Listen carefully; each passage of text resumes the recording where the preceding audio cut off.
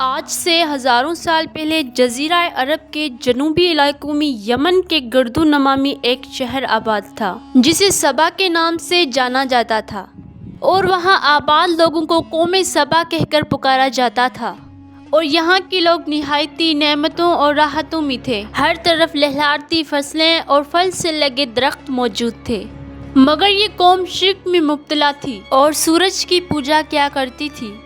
جب وہاں کے بادشاہ سراجیل بن مالک کی موت ہوئی تو اس کی بیٹی بلقیس نے حکومت کی بھاگ دوڑ سنبھالی۔ بعض مورخین نے لکھا کہ بلقیس کے والدین میں سے ایک جنات میں سے تھے، مگر اس نظریے کی کوئی واحد دلیل نہیں ملتی۔ ملکہ بلقیس ایک قابل عورت تھی جس نے یمن پر 9 سال بہت ہی خوبصورتی سے حکومت کی۔ دنیا میں جو بہتر تجارت ہوتی تھی وہ سبائیوں کے ہاتھ میں تھی۔ یہی وجہ تھی کہ یہ قوم نہایتی دولت مند اور امیر تھی۔ اس دور میں مشرق سے مغرب تک ایک عظیم حکمران کا راج تھا، حضرت سلیمان علیہ السلام۔ ان کی حکومت پوری دنیا کے مختلف علاقوں میں چلتی تھی۔ ان کا مرکزی شہر تھا یروشلم۔ اللہ نے حضرت سلیمان کو ہواؤں، جنوں، پرندوں اور جانوروں تک پر حکومت دی تھی۔ ایک دن جب حضرت سلیمان علیہ السلام نے اپنا دربار لگایا تو سب حاضر ہوئے، جن، پرندے اور جانور، مگر ان کا پیارا پرندہ ہدہد غائب تھا۔ حضرت سلیمان علیہ السلام نے فرمایا، اگر ہدہد کوئی بے جا ریزن کے بغیر غائب ہے تو اسے سزا ملے گی۔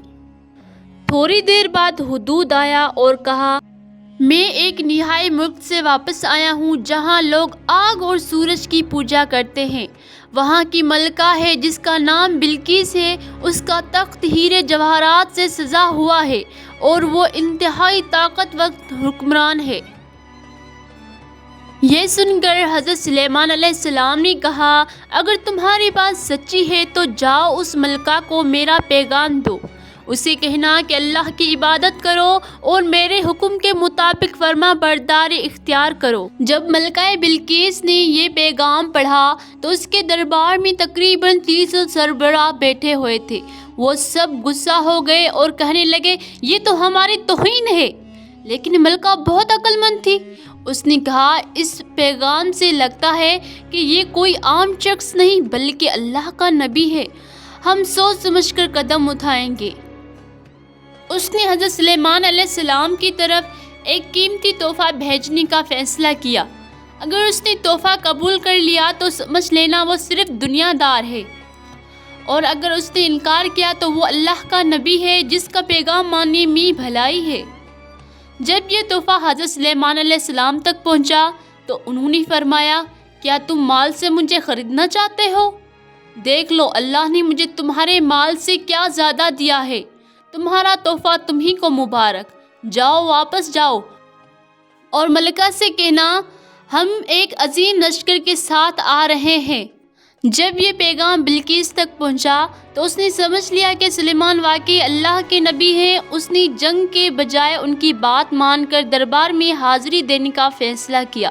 حضرت سلیمان علیہ السلام نے اپنے دربار میں اپنے جنات سے کہا، تم میں سے کون ہے جو ملکہ کا تاج اس کے آنے سے پہلے یہاں لے آئے؟ ایک جن نے کہا، میں وہ تخت آپ کے دربار ختم ہونے سے پہلے لے آؤں گا۔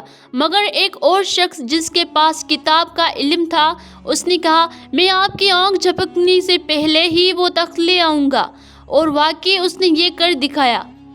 حضرت سلیمان علیہ السلام نے فرمایا، یہ میرا رب کا فضل ہے تاکہ مجھے آزمائے کہ میں شکر گزار ہوں یا ناشکر۔ یہ شخص اسف بن برکھیا تھا جو عالم، بزرگ اور سلیمان علیہ السلام کا قریبی شخص تھا۔ حضرت سلیمان علیہ السلام نے اس تخت میں کچھ تبدیلیاں کر دی، اسے اور بھی حسین بنا دیا۔ جب ملکہ بلقیس دربار میں پہنچی تو حضرت سلیمان علیہ السلام نے پوچھا، کیا تمہارا تخت کچھ ایسا ہے؟ اس نے حیرانی سے کہا، یہ تو بالکل میرا ہی لگتا ہے۔ اس سے پہلے کہ بلقیس آئے، حضرت سلیمان علیہ السلام نے ایک شیشے سے بنا محل تیار کروایا جس کا فرش اتنا صاف تھا کہ نیچے پانی بھی بہہ رہا تھا لیکن دکھائی نہیں دیتا تھا۔ جب بلقیس اندر آئی اور فرش کو دیکھا تو اس نے سمجھا کہ یہ پانی کا تالاب ہے۔ اس نے اپنے کپڑے اوپر اٹھائے تو حضرت سلیمان علیہ السلام نے کہا یہ شیشے کا فرش ہے، پانی نہیں۔ تب بلقیس نے سر جھکا دیا اور کہا اے میرے رب، میں پہلے سورج کی پوجا میں گمراہ تھی، اب میں حضرت سلیمان علیہ السلام کے ساتھ اللہ رب العالمین کو مانتی ہوں۔ اس واقعے کے بعد بلقیس اور اس کے قوم نے اسلام قبول کر لیا۔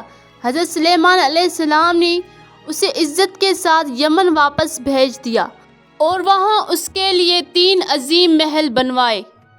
آپ کو حضرت سلیمان علیہ السلام کی کہانی کیسی لگی کمنٹ میں ضرور بتائیں اور ہمارے یوٹیوب چینل کو سبسکرائب ضرور کریں۔ اب ہم ملیں گے اگلی ویڈیو میں، تب تک کے لیے خدا حافظ۔